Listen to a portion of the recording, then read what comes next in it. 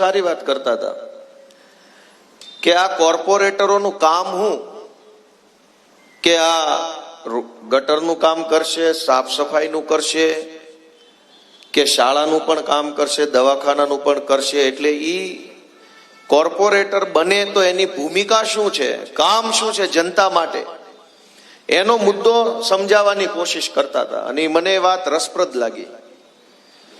દોસ્તો, કોર્પોરેટરોની સૌથી મોટી ભૂમિકા મારી દ્રષ્ટિએ એક સિવિલ એન્જિનિયરની જે ભૂમિકા હોય એ ભૂમિકા કોર્પોરેટરની ગણાય.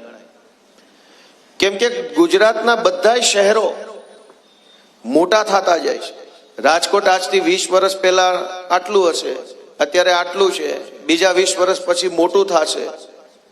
તો શહેર જેમ મોટું થાય છે તો એ શહેરને આયોજનબદ્ધ રીતે મોટું કરવું, પ્લાનિંગ સાથે શહેર વધે, રોડ રસ્તાનું પ્લાનિંગ થાય, ગટરનું પ્લાનિંગ થાય, ચોમાસામાં વરસાદ આવશે તો એ પાણીનું વહેણ ક્યાંથી ક્યાં જશે એનું પણ પ્લાનિંગ થાય, આવનારા દિવસોમાં જનસંખ્યા કેટલી વધશે તો એનું પ્લાનિંગ થાય, એવી રીતે ફાયર સ્ટેશનનું પ્લાનિંગ થાય, એવી રીતે ઝાડવા વાવવાનું પ્લાનિંગ થાય, એવી રીતે શાળાનું પ્લાનિંગ થાય, એવી રીતે દવાખાનાનું પ્લાનિંગ થાય. રાજકોટ શહેરમાં આવનારા 20 વર્ષમાં જનસંખ્યા કેટલી વધવાની છે એ પ્રમાણેની બધી જ વ્યવસ્થાઓનું આયોજન મ્યુનિસિપલ કોર્પોરેશનની ઓફિસમાં બેસીને બધાય કોર્પોરેટરોએ કરવાનું હોય. એ મને એમ લાગે છે કે સૌથી મેન કામ કોર્પોરેટરોનું ઈ છે કે આયોજન વાળું શહેર આપણને આપે. પણ આ બધાય કોર્પોરેટર શું કરે છે કે ભાગ પાડી લે છે વિસ્તારના અને કામના. આખા ગુજરાતમાં ધંધો હાલે છે. ગટરનું કામ ફલાણા ભાઈ રાખશે, બ્લોકનું કામ આ ભાઈ રાખશે, પિંજરા મૂકવાનું ઝાડવાના આને કામ સોંપ્યું, પાણીનું કામ આને સોંપ્યું, રોડનું કામ આને. આ બધા જ લોકો કોન્ટ્રાક્ટર બની જાય છે અને પૈસા કમાવામાં 5 વર્ષ સુધીનો સમય બગાડે છે. અને પરિણામે આપણું શહેર જ્યારે બને, મોટું બને, આગળ વધતું જાય ત્યારે ઘાટ ઘૂંટ વગરનું શહેર બની જાય. એકેય રોડ સીધો ન હોય, એકેય રોડ આમ કાટખૂણે ન પડતો હોય, ક્યાંય પગ મૂકવાની જગ્યા ન હોય એવા હાકડા હાકડા બિલ્ડિંગો ઊભા થઈ જાય, ક્યાંય ઝાડવા ન હોય, ચોમાસામાં પાણી ભરાઈ રહે, આખે બારે માસ કચરે કચરો રહી જાય. એટલે મારી તમને એ વિનંતી છે કે આ કોર્પોરેટરોની ભૂમિકા સિવિલ એન્જિનિયર જેવી, એક પ્લાનર જેવી ભૂમિકા છે કે આપણને એક સારું વ્યવસ્થિત શહેર બનાવીને આપે. ગટર ઉભરાણી છે તો કઈ કોર્પોરેટર ગટરમાં ઉતરવાનો નથી, પણ તમે એવી ગટર એવી બનાવો કે કોઈ દિવસ એમાં કઈ તકલીફ જ ન પડે. તકલીફ પડી હોય તો 10, 15, 20 મિનિટની અંદર તકલીફનું નિરાકરણ થઈ જાય એવા પ્લાનિંગથી ગટર બનાવો. પણ અત્યારે 30 વર્ષથી ભાજપના માણસો બધી જ કોર્પોરેશનોમાં ચૂંટાય છે. સુરતમાં, રાજકોટમાં, ભાવનગરમાં, વડોદરામાં, બધે જ. અને બધી જ કોર્પોરેશનમાં 30 વર્ષથી સળંગ ભાજપની સરકાર હોવા છતાંય દર ચોમાસે પાણી ભરાઈ જાય છે. દરેક શહેરોની અંદર પાર્કિંગની સમસ્યા આવે છે. બધે જ જાહેર રોડ ઉપર તો સમસ્યા છે જ.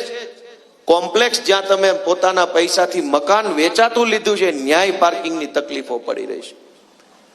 ચારો તરફ કચરા કચરો, કચરે કચરો, ચારેય તરફ દરેક પ્રકારના કચરે કચરા હોય છે. અને તમામ અવ્યવસ્થા હોવા છતાંય 30 વર્ષથી ભાજપ ભાજપ ભાજપ ચૂંટાયા જ કરે છે. કોઈ પૂછતું નથી કે આવે છે શું કામ, અને શું કામ લાવે છે. કોક તો પૂછો કે એવી તો શું ક્રાંતિ કરે છે કે આના હાથ ચૂંટાય છે. અને સૌથી મજાની વાત તો જુઓ, આ ચૂંટણી મહાનગરપાલિકાના વોર્ડની ચૂંટણી છે. આમાં કઈ ભારત દેશની સરકાર ન બદલાઈ જાય, આમાં કઈ ગુજરાતની સરકાર ન બદલાઈ જાય. આમાં મેયર બદલાય ને સ્ટેન્ડિંગ ચેરમેન ને શિક્ષણ સમિતિ ચેરમેન ને એ બધા બદલાય. ગમે એવી ચૂંટણી હોય, મોદી મોદી મોદી કરતા કરતા ચૂંટણી નીકળી જાય છે ઉભા રોડે. છોકરો નાનો હોય ને અને એના બાપાનું નામ લઈને ઓળખાણ આપે તો સારો લાગે. ગઢો થાય પછી એમ કે આ મારા બાપાનું નામ એવું ઓળખાવ કેવો લાગે.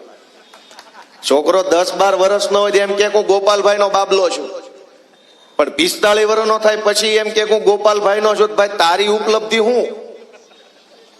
તમે ક્યારેક તો કહો કે તમે કોણ છો?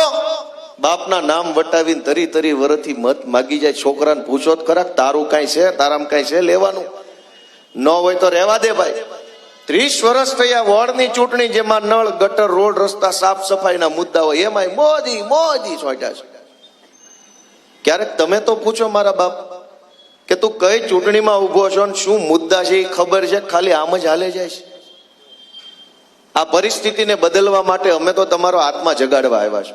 ચૂંટણીમાં લડવા નહીં, મત માંગવા નહીં, ગુજરાતના કરોડો લોકોનો આત્મા જગાડવાનો સંકલ્પ લઈને આજે અમે અહીંયા આવ્યા છે. બાપા, તમારો આત્મા જગાડો ને પરિસ્થિતિ બદલવા માટે આગળ આવો. અમે આ ચૂંટણી હારી જઈએ તો શું થાય? હું પોતે 2022માં કતારગામથી ચૂંટણી હારી ગયો તો મારું શું નુકસાન થઈ ગયું? હું ક્યાં દવા પી ગયો? હું ક્યાં મરી ગયો? મને ક્યાં આપઘાત તવરાન મચાર આવ્યા? પણ જે જીતી ગયા એ લોકોએ લોકોનું કઈ કામ ન કર્યું. આજ હજારો લોકો એક શહેરોની અંદર ખૂબ તકલીફ ભોગવે છે. કરોડો લોકોના સિબિલ સ્કોર ખરાબ થઈ ગયા છે આ ભાજપના રાજમાં. લોનય મળે એમ નથી રહી. હવે તો ડિફોલ્ટર થઈ ગયા છે એટલા બધા. દરેક શહેરોની અંદર માણસની આ પરિસ્થિતિ છે. અને એ પરિસ્થિતિ કોણ બદલશે? એ પરિસ્થિતિ બદલવા માટે પબ્લિકે પોતે, જનતાએ પોતે આગળ આવવું પડશે કે હું મારા વિસ્તારની, મારા કુટુંબની, મારી સોસાયટીની જવાબદારી લઈશ અને આ વખતે હાવડામાં મત અપાવી અને પરિવર્તન લાવવાનો પ્રહરી બનીશ, એવું બધાય સંકલ્પ કરવો જોઈએ. ક્યાં સુધી આ પરિસ્થિતિ ભોગવું છું? તમે વિચાર કરો કે ગાંધીનગરમાં ધારાસભ્યના 252 નવા મકાનો બન્યા. તમે બધા વિડીયો જોયું હશે. મેં વિસાવદર ભેસાણ વાળાને બતાવ્યું એમાં કેવા બંગલા મળ્યા છે. 252 નવા બંગલાઓ, મકાનો બન્યા ગાંધીનગરમાં. ધારાસભ્યની સંખ્યા છે 182. એમાંથી હંમેશા માટે કોઈ પણ પાર્ટીની સરકાર હોય 15 થી 20 મંત્રીઓ હંમેશા કેબિનેટ કે રાજ્ય કક્ષાના મંત્રી બને. કેબિનેટ કે રાજ્યના મંત્રી બને એને અલગથી બંગલા મળે, એને મકાન, ફ્લેટમાં ન રહેવાનું હોય. એટલે 182 ધારાસભ્યોમાંથી ફ્લેટમાં રહેવા વાળા ધારાસભ્યોની સંખ્યા અંદાજિત 160 ગણી શકાય કાયમ માટે. મારી સરકાર આવે તો પણ એમાંથી 20 મંત્રી બને એટલે એ બંગલામાં રહે, બાકીના જે ફ્લેટમાં રહે. 252 નવા ફ્લેટ ગાંધીનગરમાં બનાવ્યા. તો મેં એક ભાજપ વાળાને પૂછ્યું કે નવા એટલા ફ્લેટ, 5 BHK ના મકાનો, તમામ રૂમમાં એસી, તમામ રૂમમાં ટીવી, ગીઝર, એસી, બધું જ આલીશાન વ્યવસ્થા તૈયાર છે. 252 ફ્લેટમાં રહેવા વાળા ખાલી 160 જ છે. બાકીના બધા મકાનમાં એસી, ટીવી, ફ્રીજ બધું લાગી ગયું છે. આનો ઉપયોગ કોણ કરશે? તો ભાજપના એક બહુ મોટા નેતાએ મને એવું કીધું કે ભવિષ્યને લગતી તૈયારી છે. કાલ માનો કે વિધાનસભા મોટી થાય, ધારાસભ્યોની સભ્ય સંખ્યા વધે તો તાત્કાલિક વ્યવસ્થા ન કરવી પડે, એટલે અત્યારથી આયોજન સાથે હાલે છે. તો આ મ્યુનિસિપલ કોર્પોરેશનની વોર્ડ ઓફિસોમાં રાજકોટમાં કેટલા છોકરા જન્મ્યા એની નોંધણી થાય જ છે ને, કે 2022માં 5000 છોકરા જન્મ્યા, 28માં 1 લાખ છોકરા જન્મ્યા. એ છોકરા પહેલા ધોરણમાં 5 વર્ષ પછી આવે ત્યારે કેટલી શાળાની જરૂર પડશે, એ શાળા એડવાન્સમાં કેમ નથી બનાવીને રાખતા? જેટલા છોકરા જન્મ્યા એની સરકારને ખબર પડી જાય છે, કેમ કે એની નોંધણી થાય છે, જન્મનો દાખલો આવે છે. તો આ છોકરાઓ માટે શાળા કેટલી જરૂર પડશે, કોલેજ કેટલી જરૂર પડશે, યુનિવર્સિટીઓ કેટલી જોશે, હોસ્ટેલ કેટલી જોશે, એનું ક્યારેય આગોતરું આયોજન નથી કરતા. ધારાસભ્યને બંગલા કેટલા જોશે એ 2 વર્ષ પહેલા બની ગયા. મારી વાત સાંભળો છો કે નહીં? આપણને શું શું જરૂર પડશે એનું કોઈ આયોજન સરકાર પાસે નથી. નેતાઓને શું શું જરૂર પડશે ને એનું 2 વર્ષ પહેલા બંગલા બનીને તૈયાર થયા. આવતા વેત ચાવી જ હોપી દેવાની. આપણું પબ્લિકનું તો કે પબ્લિકનું ક્યાં વિચારવાનું છે? દર ચૂંટણીએ હિન્દુ, મુસલમાન, ભારત, પાકિસ્તાન જોરથી બોલો, ભારત માતા કી, આમના મજા લે છે. આમાં ક્યાં શાળા બનાવવાની છે, ક્યાં દવાખાના બનાવવાના છે, ક્યાં કોઈ સારી વ્યવસ્થા ઉભી કરવાની છે? ભારત, પાકિસ્તાન, હિન્દુસ્તાન, મુસલમાન આવું કરે, કોઈ પણ ચૂંટણીમાં આવું કરે એટલે મત મળી જાય છે. અને પછી 5 વર્ષ સુધી જનતા પોતે હેરાન થાય છે. એક બાજુ વડાપ્રધાન સાહેબ ને ભાજપના નેતાઓ એમ કે છે કે ભારતને વિશ્વગુરુ બનાવવો છે. પણ કેવી રીતે વિશ્વગુરુ બનશે જ્યારે અહીંયા ભણાવવાના ઠેકાણા નથી? જે માણસ ગરીબ છે એના છોકરાને ભણાવવાની વ્યવસ્થા રાજકોટ જેવા શહેરમાં નથી.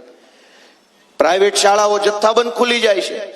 તરત મંજૂરી મળી જાય. કોમ્પ્લેક્સોમાં શાળાઓ ખુલી છે, રમત ગમતના મેદાન ન હોય, લાઇબ્રેરી ન હોય, કોમ્પ્યુટર લેબ ન હોય, સાયન્સનો લેબ ન હોય, તો ધડાધડ મંજૂરી ગાંધીનગરમાંથી મળી જાય છે અને રાફડાની જેમ શાળાઓ ખુલી જાય છે.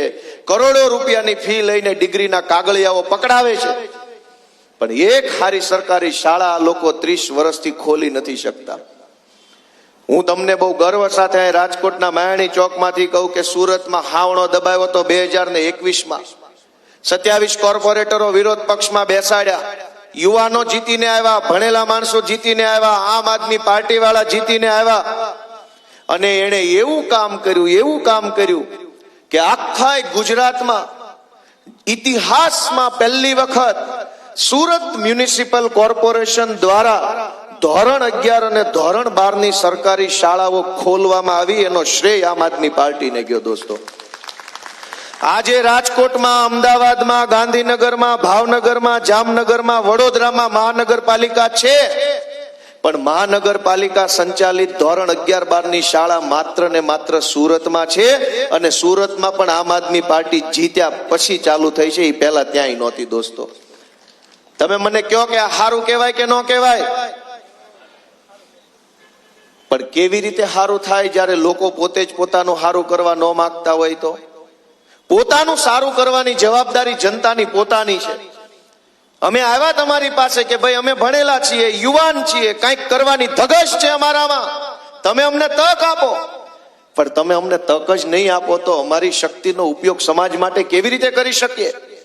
અને જે 30 વર્ષથી સરકારમાં બેઠા છે, ચાહે કોર્પોરેશનની હોય કે વિધાનસભાની હોય કે લોકસભાની, કોઈનું કાંઈ હાલતું જ નથી, કોઈની પાસે કોઈ આયોજન જ નથી.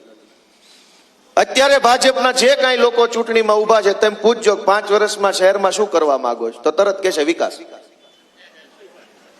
કોઈ એમ નહીં કહે કે હું લાઇબ્રેરી બનાવવા માંગુ છું, કોઈ એમ નહીં કે હું આઈટી પાર્ક બનાવવા માંગુ છું, કોઈ એમ નહીં કે હું સ્પોર્ટ કોમ્પ્લેક્સ બનાવવા માંગુ છું. વિકાસ વિકાસ વિકાસ લાગટ. એક પણ ભાજપના માણસને ખબર નથી કે તમે કરવા શું માંગો છો રાજકોટમાં. અમને પૂછો, અમને ખબર છે કે અનેક છોકરાઓ રાજકોટમાં અત્યારે આઈટી ની અંદર આગળ વધી રહ્યા છે, સોફ્ટવેર એન્જિનિયરો છે, આઈટી એન્જિનિયરો છે, અને આઈટી સેક્ટર મોટું બનતું જાય છે. આર્ટિફિશિયલ ઇન્ટેલિજન્સ આવ્યું એટલે એની અંદર અલગ અલગ બધી કોમ્પ્યુટર લેંગ્વેજ આવી, કોડિંગ સિસ્ટમ આવી, અને એના કારણે નવા અનેક સોફ્ટવેરો બનતા જાય છે, અને આપણા રાજકોટના જુવાનિયાઓ બનાવે છે. પણ આજે જુવાનિયાઓને પ્રોત્સાહન આપવા માટે કોઈની પાસે કોઈ વિઝન છોડો, કોઈને ખબર હોવી જોઈએ કે આવું આવે આમાં. અમારું એ સપનું છે કે આપણા ભણેલા ગણેલા યુવાનો જે છે, યુનિવર્સિટીઓમાં ભણેલા, એન્જિનિયરિંગ કરેલા, એના માટે જો એક આઈટી પાર્ક બનાવીએ, અનેક અલગ પ્રકારની આવડત ધરાવતા અનેક જુવાનિયાઓ કોમ્પ્લેક્સમાં બેસે અને એવા સોફ્ટવેરો બનાવે, એવી વેબસાઇટો બનાવે, એવી ટેકનોલોજી બનાવે કે આખા ગુજરાત ને આખા દેશની અંદર એની નામ ના થાય એવું આપણા રાજકોટના છોકરા કરી શકે એમ છે. પણ કોણ એને કોમ્પ્લેક્સ બનાવીને આપશે? ભાજપની ટોળકી મોદી મોદી મોદી. કોઈને ખબર નથી કે ભાઈ સમાજમાં જરૂર શું છે. અનેક લોકો આ રાજકોટમાં, સુરતમાં, અમદાવાદમાં, વડોદરામાં નાના અને હાંકડા મકાનમાં રહે છે. ગરીબ પરિવાર છે, મધ્યમ વર્ગ છે, એટલે એની પાસે મોટું મકાન નથી, ગાળા ટાઈપનું મકાન હોય, 1 BHK ફ્લેટ હોય, 2 BHK નો હાંકડો ફ્લેટ હોય, ઘરમાં સભ્યો જાજા હોય, અને એના પરિવારના દીકરા દીકરીઓએ ભણવું હોય, લખવું વાંચવું હોય તો ઘરમાં બહુ પૂરતી જગ્યા ન મળે. મારી પોતાની એ કહાની છે કે આપણે વાંચવું હોય તો આપણા ઘરમાં એટલી જગ્યા જ ન હોય કે શાંતિથી ધ્યાન લગાવીને વાંચી શકીએ. કેમ કે ઘર હાંકડું હોય, માણસ જાજા હોય, કંઈક ને કંઈક રસોડામાં થવા જ આવે, રૂમમાં થવા જ આવે, મોબાઈલની રીંગો વાગ્યા કરે, બારીમાંથી ટે હોર્નના અવાજ આવ્યા કરે, સોસાયટીમાં કંઈક પ્રસંગ હોય એના માઇક વાગ્યા કરે. તમે બધા મને કહો આ વાત સાચી છે ખોટી? ના, એક ભાઈએ સાચી કીધી, તમે બીજા 2 સાચી કીધી, આ ત્રીજા 3 જણા, તમે 4, 5, 6, 7 એ વાહેથી તમે કોરે અમથે તું મને દેખાડવા પાડો છો. 7 જણાને એવું લાગ્યું કે ભાઈ આ તકલીફ છે. જે બાળકોએ શાંતિથી એક ચિત્તે આરામથી બેસીને વાંચવું હોય, લખવું હોય, દેશ દુનિયાનું જ્ઞાન મેળવવું હોય, એના માટે લાઇબ્રેરી ક્યાં, સરકાર ખાલી 10-20 કરોડ રૂપિયાનો ખર્ચો કરે ને તો આલિશાન સેન્ટ્રલ એસી વાળી, જેમાં ઈ બુક હોય, કોમ્પ્યુટર્સ હોય, દુનિયાભરના પુસ્તકો કોમ્પ્યુટરની ક્લિક ઉપર ઉપલબ્ધ હોય એવી આલિશાન લાઇબ્રેરી બની શકે. એમાં JEE ની, NEET ની, યુપીએસસી, જીપીએસસી, ડિફેન્સની કોઈ પણ પરીક્ષાની તૈયારી કરતો બાળક આલિશાન લાઇબ્રેરીમાં બેસીને શાંતિથી વાંચીને પોતાનું ભવિષ્ય બનાવી શકે અને સમાજને ઉપયોગી બની શકે. પણ એવી લાઇબ્રેરી કોણ બનાવે? ભાજપમાં તો બધી કરતા જાવ, મત મળતા જાય છે. કોઈને ખબર નથી કે સમાજમાં શું બનાવવાની જરૂર છે. કોઈને કઈ છે જ નહીં. અને બધા ભાજપના નેતાઓને એક જ વસ્તુનું વિઝન છે, એક જ વસ્તુનું આયોજન છે કે મને ટિકિટ કેમ મળે. એનાથી આગળ કોઈને કઈ વિચાર જ આવતા નથી. Ticket to ticket, ticket to ticket, ચૂંટણી ટુ ચૂંટણીનું લક્ષ્ય છે એમની પાસે. પણ 4 ચૂંટણી પછી એટલે કે 20 વર્ષ પછી આ રાજકોટના જુવાનિયાઓ માટે રાજકોટમાં કેવી વ્યવસ્થા હશે એ એકેય ભાજપના નેતાને ખબર નથી. આવતી ચૂંટણીમાં મને ટિકિટ મળે કે ન મળે એના માટે મારે કોની પાછળ ફરવું પડે, કોની પોસ્ટો મૂકવી પડે, કોના વખાણ કરવા પડે, કયા નેતાની ગેંગમાં રહેવું પડે એ બધાને ખબર છે. મને ટિકિટ ન મળે તો બીજાની કપાવવા માટે મારે કોની ગેંગમાં રહેવું પડે, કેટલા પૈસા ખર્ચવા પડે, કેવો પ્રચાર કરવો પડે એ બધા ભાજપવાળાને ખબર છે. અને મને ટિકિટ મળી જાય તો જીતવા માટે કેવા પ્રકારના હથકંડા અજમાવવા, કોને ધમકાવવો, કોને ડરાવવો, કોને પૈસા આપવા, કોની પાછળ પોલીસ મોકલવી એ બધાને આવડે છે. પણ 15 વર્ષ પછી રાજકોટના જુવાનિયા માટે રાજકોટમાં કેવી સુવિધાઓ હશે, કેવી વ્યવસ્થા હશે, કેવી સિસ્ટમ હશે, કેવું આ શહેર હશે, કેવા રસ્તા હશે, કેવું બધું વ્યવસ્થા હશે, કોઈને કાંઈ ખબર નથી. તમે ભાઈ સાહેબ વિચારો, અમારું ન વિચારો, આમ આદમી પાર્ટીનું ન વિચારો, તમે તમારું તો વિચારો કે આ શહેરને કેવી રીતે આપણે આગળ વધારવું છે. આખી જિંદગીની કમાણી કરીને એક મકાન લીધું હોય 50 લાખનું ગમે ને આ ફ્લેટમાં, અને ચોમાસે ખબર પડે કે હેઠે પાણી ભરાય છે, એનો જવાબદાર કોણ? કેમ કે મકાન ઉનાળામાં વેચ્યું હોય, અનેક સોસાયટીમાં ચોમાસામાં પાણી ભરાઈ જાય છે, તો કોઈ આયોજન નહીં હોય આમની પાસે. કાયદાની અંદર સ્પષ્ટ લખેલું છે, અંગ્રેજીમાં એક શબ્દ છે ટોપોગ્રાફી. ટોપોગ્રાફી એટલે કે જમીનમાં ઢાળ કેટલો છે, ક્યાંથી પાણીનો પ્રવાહ ક્યાં ચાલે છે, એનો અભ્યાસ કરવાની એક આખી સિસ્ટમ છે. કે કોઈ શહેર બને તો એ શહેર જ્યારે ધીમે ધીમે પહોળું થતું હોય, નવા બાંધકામો બનતા હોય શહેરના આઉટર સાઈડમાં, ત્યારે એનો પહેલા અભ્યાસ કરવાનો કે કઈ જમીન ઊંચી છે, કઈ જમીન કેટલી નીચી છે, કયો ઢાળ કઈ બાજુ છે, પાણીનો પ્રવાહ કઈ બાજુ છે. તો બાંધકામ પણ એ રીતે થવા દેવાનું. સરકાર ઉપર ઊભી રહે કે જે રીતે નિયમ છે એ નિયમ પ્રમાણે બાંધકામ થાય તો દરેક વખતે પાણી વયું જાય. પણ આ તો નેતાઓ, અધિકારીઓ પૈસા ખાઈ જાય, જેમ ફાવે એમ કોમ્પ્લેક્સો બની જાય. ઈ કોમ્પ્લેક્સમાં તમારી પરસેવાની કમાણીના મકાન તમે લઈ લો. નેતા ઈ પૈસાથી અમદાવાદ રહેવા વયો જાય, અધિકારી નિવૃત્ત થઈને રાજકોટથી છોડીને અમદાવાદ વયો જાય, અને તમને મકાન બે થઈને પધરાવીને વયા જાય. મરો. આ પરિસ્થિતિ સાચી કીધી ખોટી? આવડું મોટું રાજકોટ પહેલા નાનું હતું, મોટું થયું તો કેમ પ્લાનિંગ થી ન થયું? હું તમને એટલી વિનંતી કરવા આવ્યો છું કે અમને એક તક આપો. અમે આ રાજકોટ શહેરને આવનારા 20 વર્ષના વિઝન સાથે ડેવલપ કરવા માંગીએ છીએ. અને માત્ર ખાલી રોડ રસ્તા ગટરના ઢાંકણા નહીં, આખા રાજકોટનો આયોજનબદ્ધ રીતે વિકાસ થાય, નાનામાં નાની સુવિધાનો ધ્યાન રાખવામાં આવે, નાનામાં નાના માણસની સુવિધાનું ધ્યાન રાખવામાં આવે, એવા નિર્ણયો લઈ અને આ રાજકોટ કોર્પોરેશનને ગુજરાતની નંબર 1 કોર્પોરેશન બને એના પ્રયત્નો કરવા માંગીએ. દોસ્તો, તમારા આશીર્વાદની જરૂર છે એમાં. અને 30 વર્ષ જે લોકો રહ્યા કોર્પોરેટરો, દરેક માણસ પોતાનું કામ હું ગણાવે છે. કોઈની પાસે કોઈ હિસાબ કિતાબ નથી. અને આ તો મેં કોર્પોરેશનની વાત કરી. એ સિવાયના મુદ્દા ઉપર બોલવા બેસીએ તો વાત ઘણી લાંબી થાય એમ છે, પણ બહુ ટૂંકી વાત મારે એટલી કરવી છે કે અત્યારે રાજનીતિમાં સૌથી મોટી સમસ્યા એ છે. આ તો મેં તમને સમસ્યા કીધી કે ભાઈ રોડ ને ગટર ને હાકડા રસ્તા ને ટ્રાફિક ને પાર્કિંગ ને કચરો ને પાણી ભરાઈ ગયું, હો હૈસો ને હોબાળો ને હાય હાય ને બાય બાય, એ તો કઈ ગયું. સૌથી મોટી સમસ્યા એ છે કે આ ભાજપે આપણા બધાના ટેકાથી, આપણા બધાનો સપોર્ટ લઈને ગુજરાતની રાજનીતિમાંથી તમામ સારા માણસોને, સજ્જન માણસોને હડસેલીને ઘરે બેહાડી દીધા. બધા સારા માણસોને આઉટ કરી નાખ્યા છે. આજ રાજનીતિમાં કોણ વધ્યું છે? ગુંડા તત્વો, લફંગાઓ, તોડબાજો, ધાક ધમકી કરનારાઓ, કટકી કરનારાઓ, લોકોને ડરાવનારાઓ, આવા બધા જ લોકો જે હતા એ ગામડે ગામડે, શહેરે શહેરે, વોડે વોડે નેતાઓ બનીને ફરે છે. મારી વાત સાચી છે કે ખોટી? એક પણ સારો માણસ કે જેની પાસે જવાનું મન થાય, જે નેતાને મળવાનું મન થાય, જેની પાસે જઈને હૈયું ખોલવાનું મન થાય, જેની પાસે જઈને હાથ મિલાવવાનું મન થાય, જેની વાત સાંભળવાનું મન થાય, જેની બાજુમાં બેસીને ફોટો પડાવવાનું મન થાય, જે માણસના આપણા સોસાયટીના ગેટે બેસીને વખાણ કરવાનું મન થાય, એવો એકેય નેતા ભાજપ પાર્ટી આખા ગુજરાતમાં વધવા દીધો નથી. ક્યાંય એવો માણસ નથી. ધાક ધમકી કરનારા, ગુંડા ટાઈપના, લોકોને ડરાવનારા. આ સંજયસિંહે કીધું એમ, અમારા મંડપ વાળાને દબાવ્યો કે આપની સભામાં મંડપ લઈને ન જાતો. હવે એને મંડપ લગાવ્યો હોત તો અમે એને જે કઈ 5-10 હજારનું બિલ થાતી આપી દેત ને એ રૂપિયા કમાતી. એ ક્યાં આપમાં જોડાવાનો છે?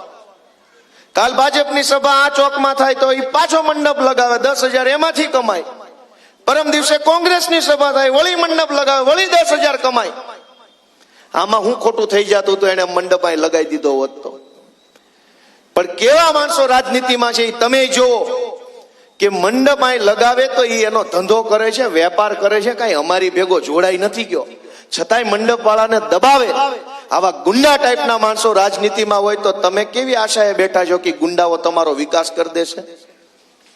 કેવી રીતે ગુંડા વિકાસ કરશે? અને આ વખતે ગુજરાતની રાજનીતિમાં ન બની હોય એવી ઘટના બની કે હજારોની સંખ્યામાં ફોર્મ પાછા ખેંચાવી લેવા માટે ભાજપે જે ધમપછાડા કર્યા, અપહરણ કર્યા, ખોટી એફઆઈઆરો કરી, પોલીસથી ડરાવ્યા, ગુંડા મોકલ્યા, સમાજના દબાણ ઉભા કર્યા અને અનેક ઉમેદવારોને ફોર્મ પાછું ખેંચાવડાવી લેવામાં આવ્યું. 14 તારીખના દિવ્ય ભાસ્કર છાપામાં આવ્યું છે. ખેડાની અંદર એક ભાઈએ તાલુકા પંચાયતમાં અપક્ષ ફોર્મ ભર્યું.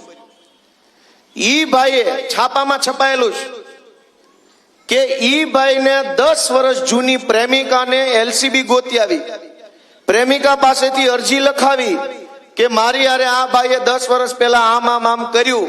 ઈ અરજી પોલીસે લીધી અને એ અરજી લઈને પોલીસ વાળા તાલુકા પંચાયતના અપક્ષ ઉમેદવાર પાસે ગયા, તારા વિરુદ્ધમાં અરજી આવી છે, ફોર્મ પાછું ખેંચી લે, નકર બળાત્કારનો ગુનો નોંધીને જેલમાં પૂરી દઉં. તમે વિચાર કરો કે કેટલું વ્યાજબી છે. વાપીની અંદર એક ભાઈએ તાલુકા પંચાયતમાં અપક્ષ ફોર્મ ભર્યું. ગાંધીનગરમાં બેઠેલા ભાજપના નેતાઓએ મામલતદાર ઉપર પ્રેશર કર્યું કે કોઈ પણ સંજોગોમાં તું અપક્ષ ઉમેદવારનું ફોર્મ રદ કરી નાખ, નકર તારી બદલી કરી નાખશું, તને ડિસમિસ કરશું. મામલતદાર ઈમાનદાર માણસ હતા. એણે નક્કી કર્યું કે હું ખોટું કામ નહીં કરું, જીવનમાં ખોટી જગ્યાએ મારી પેન નહીં હાલે. મામલતદારે રેલવે સ્ટેશને જઈ ટ્રેન નીચે જઈને આત્મહત્યા કરી લીધી. માણસ મરી ગયો અને પણ ફોર્મ રદ ન કર્યું એને. પણ તમે સમજો કે તાલુકા પંચાયતની એક ચૂંટણીમાં અપક્ષ માણસ કદાચ ઉભો રહી જાય અને કદાચ જીતી જાય તો આ ભાજપની સરકાર ક્યાં ભાંગી નીચે પડી જવાની હતી. મામલતદારનો ભોગ લઈ લીધો. શું કામ? કે કોઈ પણ સંજોગોમાં બિનહરીફ ચૂંટણી જીતવી છે ભાજપ વાળાએ. 10 વર્ષ જૂની પ્રેમિકાને ગોતી આવ્યા, બહેનોને હાથો બનાવ્યા. કોઈનો સંબંધ હોય કે ન હોય એ એમનો અંગત પ્રશ્ન છે, પણ ચૂંટણીમાં અપક્ષ ઉભો રહ્યો તો 10 વર્ષ પહેલાની બેનને ગોતી આવ્યા, એને દબાણ કરીને અરજી લખાવી. ઈ અરજી લઈને પોલીસ ઉમેદવાર પાસે ગઈ, ઉમેદવાર પછી ફોર્મ પાછું ખેંચવા. કેટલું વ્યાજબી છે તમે વિચારો. અને આવા ધંધા કરીને જે લોકો ચૂંટણી જીતે એ તમારું ને તમારા છોકરાનું વિચારે કે એનું પોતાનું આગળ કરવાનું વિચારે? તમે જરાક તો વિચાર કરો ગુજરાતના લોકો કે આ ગાંધી સરદારનું ગુજરાત છે. આ ગુજરાતમાં આવા ધંધા કરીને ભાજપે તાલુકા પંચાયતની ચૂંટણીઓ જીતવી પડે તો આપણામાં બિહારમાં ફરક શું રહ્યો? રાજકોટમાં બિહારમાં, ગુજરાતમાં બિહારમાં શું ફરક રહ્યો? તમે વિકાસ ભાજપ વાળાએ કર્યો હોય તો તમારે એમ કેવું જોઈએ કે એક નહીં 500 જણા અપક્ષમાં ફોર્મ ભરી જાઓ, અમે જીતીને બતાવશું. એક અપક્ષ ફોર્મ ભરે તે આખી સરકાર એની પાછળ પડે છે. ફોર્મ પાછું ખેંચી લે, ફોર્મ પાછું ખેંચી લે. અનેક ઉમેદવારોને લોભ લાલચ આપવામાં આવી. 25-25 લાખ 50-50 લાખની ઓફર. જુનાગઢ જિલ્લાના કેશોદ તાલુકાના અજાબ ગામમાં હું ચૂંટણી પ્રચાર કરવા ગયો હતો. ત્યાં આમ આદમી પાર્ટીના જિલ્લા પંચાયતના ઉમેદવારને કિડનેપ કરીને ભાજપ વાળાએ બેસાડ્યા કે આલે આ કોરો ચેક ને ભાવે આંકડા લખી નાખ ને ફોર્મ પાછું ખેંચી લે. એને ન ખેંચ્યું એની ઈમાનદારી ને ખાનદાની છે.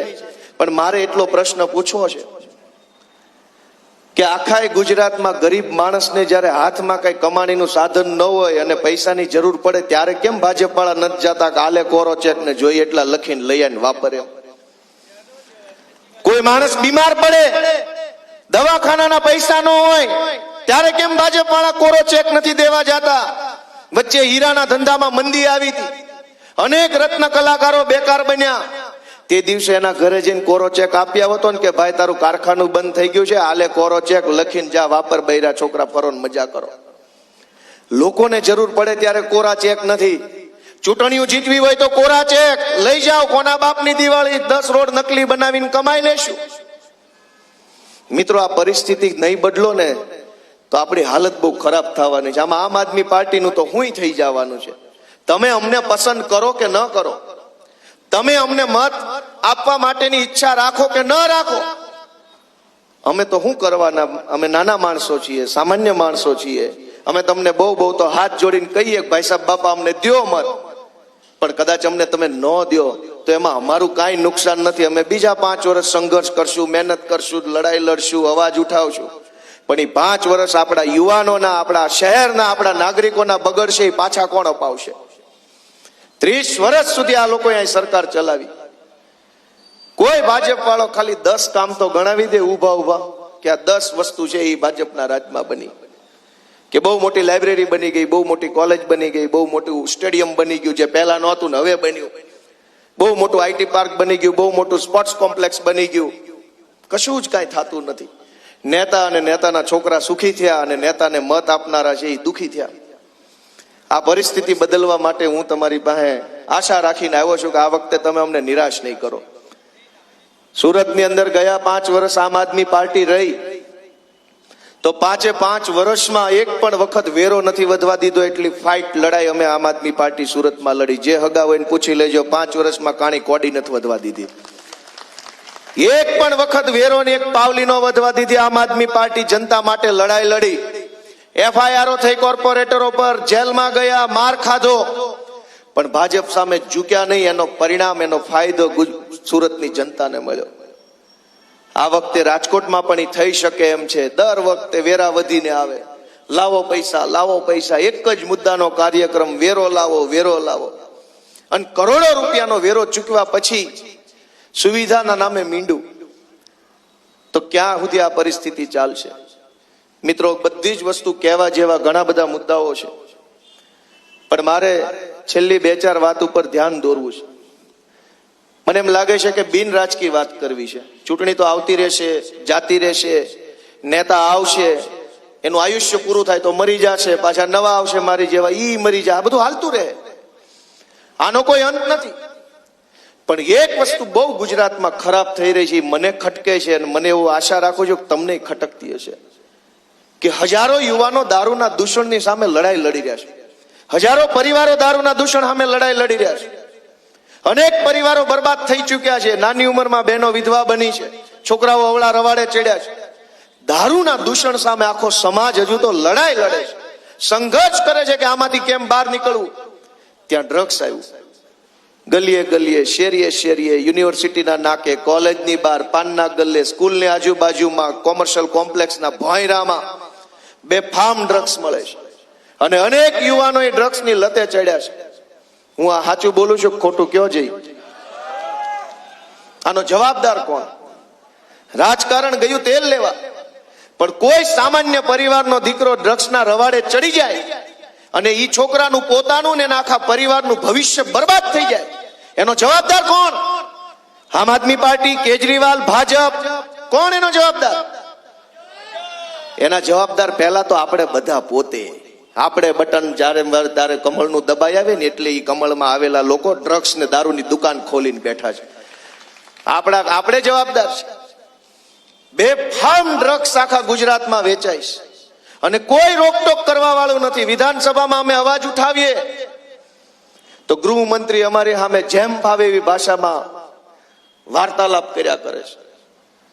તમે કોરોના ટાઈમે એ જોયું હતું કે સરકાર ન ઈચ્છે તો તમે માસ્ક પહેર્યા વગર પણ ઘરની બહાર ન નીકળી શકો.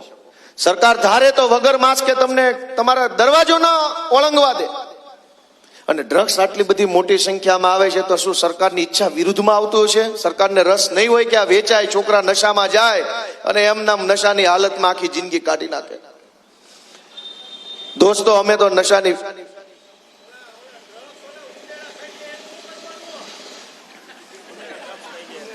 દોસ્તો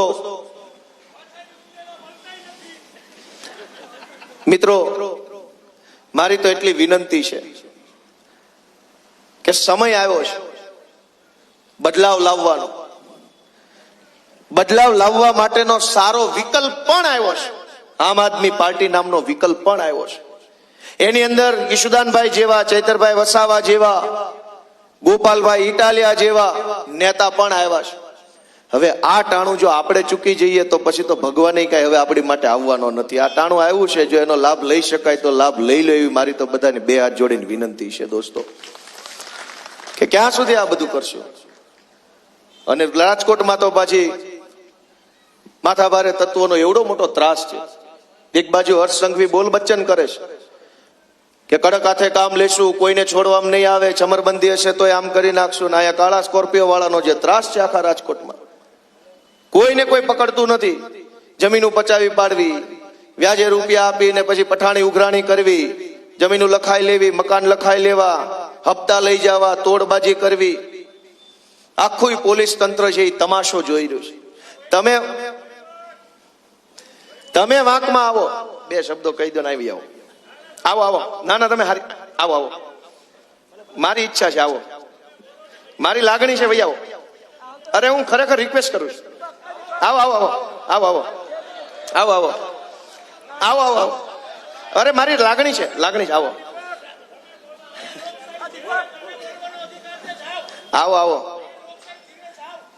અમારે તો તે દી ઓલી સભામાં હામા થવા આવ્યા હતા એને માઇક આપ્યું. તમે તો ભેગા રહેવા વાળા છો. તે દી તો હામા થવા આવ્યા હતા અને તે દી મેં તો તે દી માઇક આપ્યું હતું. ક્યાં નહોતું આપ્યું? એ કઈ જગ્યાએ સભા હતી? હામા કાંઠે. તે દી કીધું લે ભાઈ જે કેવાય માઇકમાં કે અમે કઈ ભાજપ જેવા ગુંડા નથી. ભાજપની સભામાં વચ્ચે બોલો ને તો 10 જણા બોછી પકડીને કયા ખૂણામાં લઈ જાય ખબર ન પડે, કોઈને લઈને વયા જ જાય સીધા. અને ભાજપ વાળાનું જોયું, એક વસ્તુ જોજો કે આ વખતે વિસાવદર, ભેસાણ અને જુનાગઢની જનતાએ મને આશીર્વાદ આપ્યા પછી આખા ગુજરાતમાં એવડી મોટી જાગૃતિ આવી કે આ ભાજપ વાળા અત્યારે જે શહેરોમાં ચૂંટણી પ્રચાર કરવા જાય છે ને જનતા સ્વયંભૂ એનો વિરોધ કરે છે ને પ્રશ્નો પૂછે છે, એટલી જનતા જાગૃત થઈ. પણ તમે એમાં એક વાત જોજો કે ગુજરાતના કોઈ પણ ગામમાં, કોઈ પણ શહેરમાં પબ્લિક પોતે જ ભાજપનો વિરોધ કરે, 4 પ્રશ્ન પૂછે એટલે તરત બીજા બધા ભાજપ વાળા ભારત માતા કી કરીને ભાગી જાય છે. આ વાત સાચી કે ખોટી? ભારત માતાનું નામ એ પોતાની કાળી કરતૂતો ઢાંકવામાં લે છે. શરમનો વિષય તો જોવો.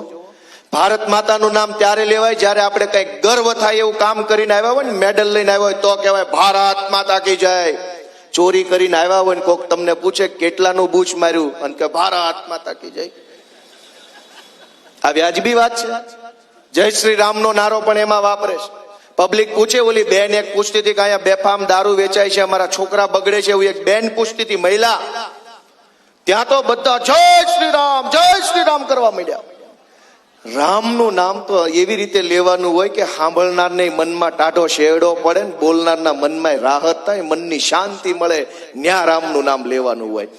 તમારા પાપ ઢાંકવા રામનું નામ, ભારત માતાનું નામ વટાવવાનું અને પાપ કરતા જવાના. આ કોઈ વ્યાજબી વાત છે? તમે બધા મને કયો જરા. અને બધું જ તમારી નજર સામે થઈ રહ્યું છે. આમાં મેં ક્યાંય કોઈ એવી કઈ જાદુઈ વાત નથી કરી જે તમને નહોતી ખબર ને મેં કીધી. તમને બધું જ ખબર છે. તો વાર શેની છે ને વાટ શેની જોવો છો? હાવણો દબાવો એટલી જ વિનંતી કરવાની છે જો બધી જ ખબર હોય તો. આ અમારા બધા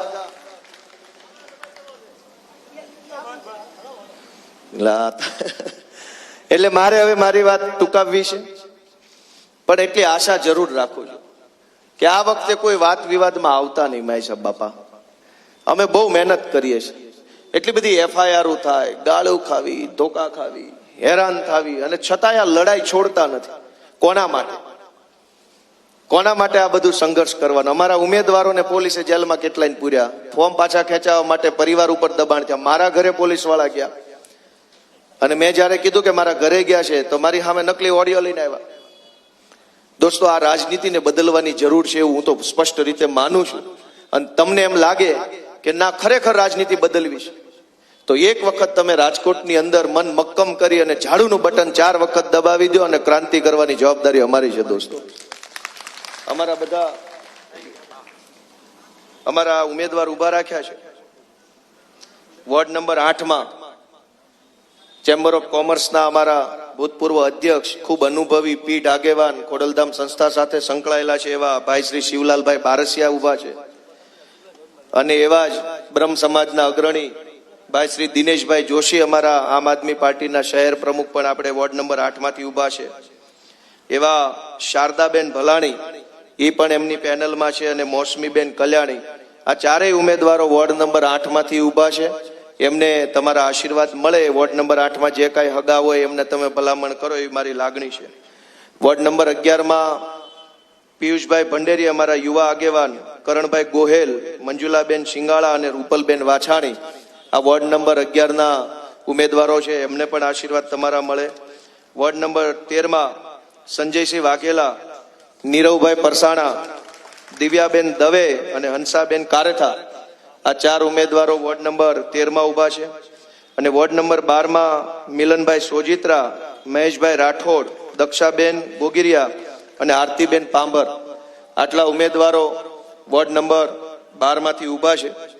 આ બધાય ઉમેદવારો તમે જોશો કે આ બધા સામાન્ય પરિવારમાંથી આવતા લોકો છે. કોઈ બહુ મોટા નેતાના ઘરના જન્મા હોય, બહુ મોટા રૂપિયાવાળા હોય, બહુ માથાભારે માણસો હોય, બહુ મોટી લાગવગ વાળા, ઓળખાણ વાળા હોય, એવા એકેય નથી. અત્યંત સામાન્ય પરિવારના, મારી જેમ સામાન્ય ઘરમાં જન્મેલા, સામાન્ય રીતે ઉછેર થયેલા, સામાન્ય પરિસ્થિતિમાંથી સંઘર્ષ કરીને પોતાની ઓળખ બનાવી હોય એવા આ બધા વ્યક્તિઓ છે. અને એટલે મારી વિનંતી છે કે જે આપણી જેવો હોય, આપણા માંથી આવતો હોય, એને જ આપણું દાજે અને એ જ આપણું કામ કરે. જે આપણા જેવો ન હોય એ કોઈ દી આપણું સાંભળે નહીં. દોસ્તો, ભાજપના નેતાઓ કેવા છે? આખા ગુજરાતમાં કરોડપતિ માણસો હોય એ ભાજપના, બહુ મોટા માથાભારે હોય એ ભાજપમાં, રાજકીય પરિવારોમાંથી આવતા હોય એ ભાજપમાં. એ આપણા જેવા નથી, આપણામાંથી આવતા નથી, માટે આપણું ક્યારેય સાંભળવાના નથી. તમારી વાત ગાંધીનગર સુધી પહોંચે, તમારી વાત કોર્પોરેશનની, મેયરની કે કમિશનરની ચેમ્બર સુધી પહોંચે, એવી જો આશા રાખતા હોય તો જે તમારી જેવા છે, તમારા છોકરા છે, તમારા માંથી આવે છે, એવા આ બધા અમારા ઉમેદવારોને હાવણા ઉપર મત આપો, એ 2 હાથ જોડીને રાજકોટના લોકોને મારી વિનંતી છે. ભારત માતા કી જય. જવાન. ખૂબ ખૂબ આભાર ગોપાલભાઈ. ગોપાલભાઈને આગળ પણ રાજકોટ વોર્ડ નંબર 4 અને 5 નંબરમાં સભામાં જવાનું હોવાથી તે આપણી વચ્ચે